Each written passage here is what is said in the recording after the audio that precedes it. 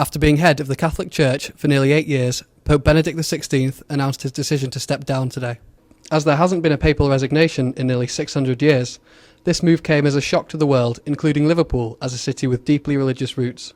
It was just announced, and I heard the lady behind me, she was sort of said, oh my God, she was quite shocked about it. Just totally surprised and shocked, really. Yep. We didn't know anything about it at all. Well, somebody has just said to me we should have a black pope next.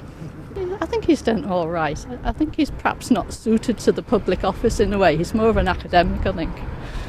And I don't think he's used to coping with the modern world, shall we say. Well, first of all, like many people, a total surprise. But I found my immediate reaction, almost in the same breath, was gratitude and admiration.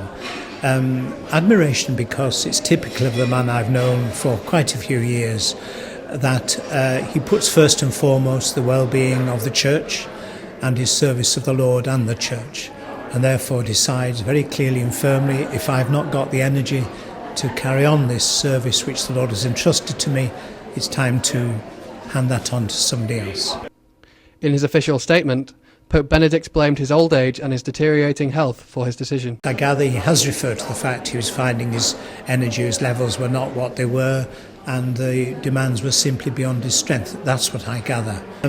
Odd enough, the night he was elected, I was asked, somebody said, well, of course, the Church has chosen a rigid, hardline conservative, and I said, that's not the man I know. I think when he came to our country, we saw how warm he was, the way he related to the Queen, the way he related to young people. We had a man of great wisdom, of integrity and of real compassion. Well, the cardinals have got to meet and choose a successor. And if anybody said, well, who will it be? I think all the last four have been surprises, so it's very silly to say I think I know who it will be. It was always uplifting to hear him speak, and he gave you a wider picture you just didn't even think of. So I think wisdom is the gift. The cardinals will meet together and they will choose his successor, as they've done over the centuries, so we do not know who they will choose. I don't think it will take very long. I don't think the interregnum will be a long one. I suspect within a month of the day when the Pope is going to retire, we will have a new Pope. If you could have a message for people in Liverpool practicing Catholics, what would you say to them? To give thanks for a great Pope, to give thanks for the wisdom he showed us, to give thanks for the 3 books he gave us called Jesus of Nazareth.